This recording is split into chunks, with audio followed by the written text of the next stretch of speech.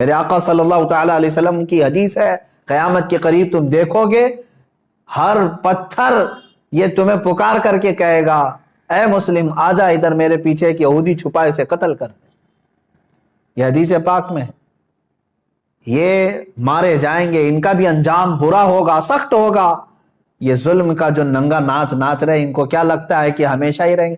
یہ خود چین سے کبھی نہیں رہ سکتے۔ ذلت والے لوگ، انبیاء کا بے حساب قتل کیا جنہوں نے، پوری دنیا کی آج چین و سکون کو غارت کرنے والا یہ اسرائیل کیا سمجھتا ہے کہ ہمیشہ ان کی حکومت قائم ہو جائے؟ میرے رب تبارک و تعالیٰ کا انتقام بہت قریب ہے، بہت قریب ہے۔ میں جو بات عرض کر رہا تھا وہ یہ ہے کہ فلسطین کے بچوں کے لیے اب بھی انشاءاللہ العزیز امید ہے، آئے گی۔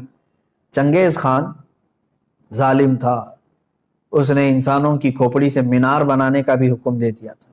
اتنے قتل کرتے تھے، جس راستے سے وہ گزرتے پورے گاؤں کو جلا کے چلے جاتے تھے، کوئی نشانی نہیں رکھتے تھے۔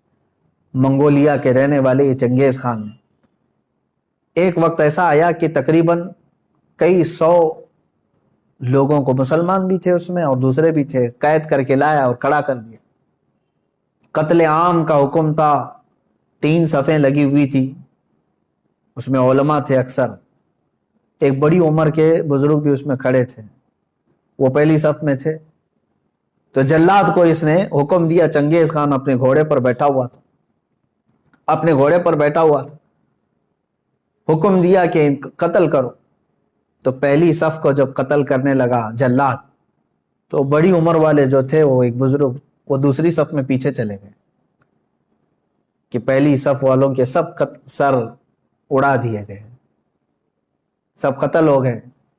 چنگیز خان دیکھ رہا تھا کہ ایک بوڑھا پہلی صف سے دوسری صف میں جا رہا ہے، دوسری صف کے قتل کا حکم ہو گیا، تو وہ بوڑھے میاں تیسری صف میں چلے گئے کہ بچ جاؤں کہیں سے۔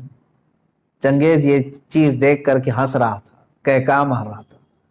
دوسری صف کے بھی پورے لوگ قتل ہو گئے، تیسری صف جب بچی تھی، تب چنگیز خان نے اس بوڑھے کو مخاطب کر کے کہا بڑے میاں یہ آخری ہے، پہلی سے تم دوسری میں آ گئے، دوسری سے تیسری میں آ گئے، میں دیکھ رہا ہوں مسلسل تم کو، اب پیچھے کوئی صف نہیں، آگے میری تلوار ہے، بتاؤ اب کہاں جاؤ گے، اب کون بچائے گا؟ اس بزرگ نے کہا میرے رب کی ذات سے اب بھی مجھے امید ہے، میرے اللہ سے مجھے اب بھی امید ہے، وہ اگر چاہے تو اب بھی مجھے بچائے گا۔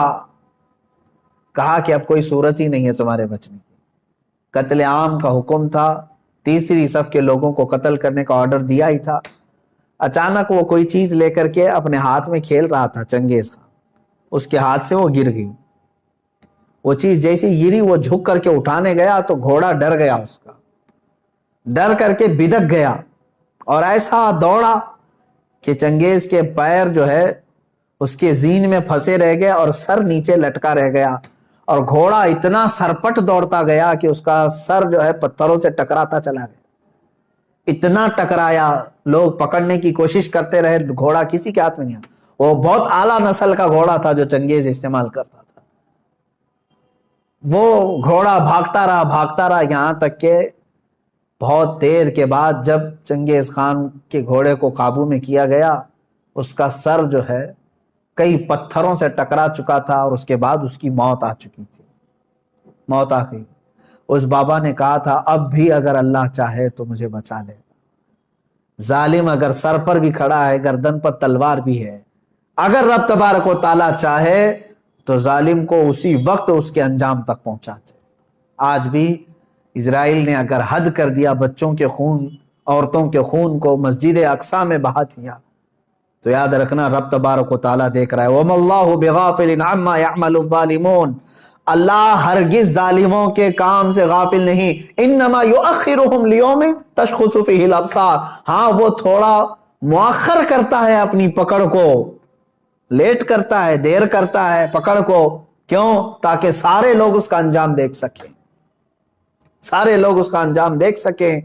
وہ تھوڑا سا ڈیلے کر کے بعد میں پکڑ کرتا ہے، اور جو ڈھیل ہوتی ہے اس کو کوئی یہ نہ سمجھ لے کہ وہ جو کر رہا ہے اچھا کر رہا ہے۔ لیکن میں تمام مسلمانوں سے کہنا چاہوں گا، اب بعض لوگ تو اپنی تسبیح اپنے مسلح پر تو آئی گئے ہیں کہ چلو فلسطین کے بچوں کے لیے دعا کرنا ہے۔ ظاہر سی بات ہے، اب دعا کے علاوہ بہت سارے لوگوں کے پاس بچا کیا ہے؟ آج یہی حالات ہیں ہمارے۔ لیکن ساتھ میں نوجوانوں سے کہنا چاہوں گا، اٹھو وہ گر نہ حشر نہ ہوگا پھر کبھی، دوڑو کے زمانہ چال اپنی چل گیا۔ جو چنگاری وہاں پر، جو آگ وہاں پر لگی ہے، اس کی چنگاریاں تمہارے گھر میں آنے پر دیر نہیں لگے گی، یاد رکھنا۔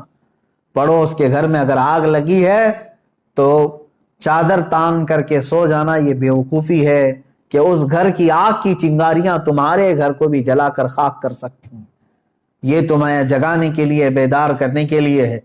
جہاں جہاں تم ظلم کی یہ تمام داستانیں سن رہے ہو، وہ چنگاریاں تمہارے گھر سے بہت قریب ہیں۔ تمہارے گھروں کو خاکستر کرنے کے بھی منصوبے بنائے جا چکے ہیں۔ اس لیے ایمان کے ساتھ اور محبت مصطفیٰ کے ساتھ بیدار ہو جاؤ۔ قوت عشق سے ہر پست کو بالا کر دو، دہر میں نام محمد سے اجالا کر دو۔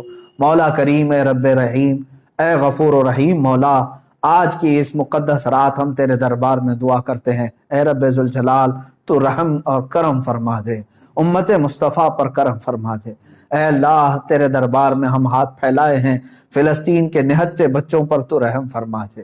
اے اللہ رمضان کا پاکیزہ مہینہ ہے، اے کریم خدا، رمضان میں لوگ روزے سے رہتے ہیں، دن بھر بھوکے رہتے ہیں۔ اے کریم خدا، اسرائیلی یہودی ظالم جنہوں نے ان کی افطاری سے قبل ان کو خون میں نہلا دیا، یا ان کے رات کی تراویح میں ان کو خون سے نہلا دیا ہے، مولا تو کریم ہے، تو رؤوف و رحیم ہے، عزیز ذو انتقام ہے، ان ظالموں کو کیفر کردار تک پہنچا دے، ان کو تہس نہس فرما دے، اسلام و سنیت کا بول بالا فرما، کفر و شرک کا منہ کالا فرما۔ جتنے برے منصوبے اسلام اور مسلمانوں کے خلاف بنائے جاتے ہیں مولا، سب کو تو خاک میں ملا دے۔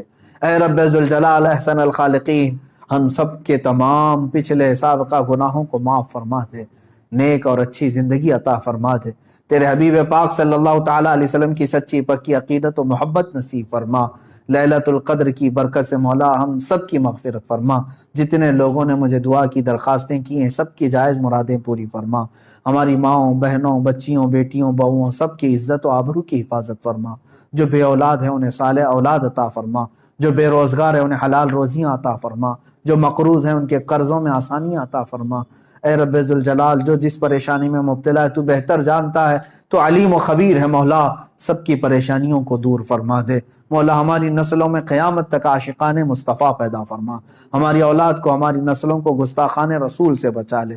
اے رب ذوالجلال ہماری دعاؤں کو رسول پاک صلی اللہ تعالیٰ علیہ وسلم کے صدقے و توسل قبول فرما۔ وصلی اللہ تعالیٰ علی خیر خلق محمد وآلہ واصحابہ اجمعین، وآخر دعوانا الحمد للہ رب العالمین۔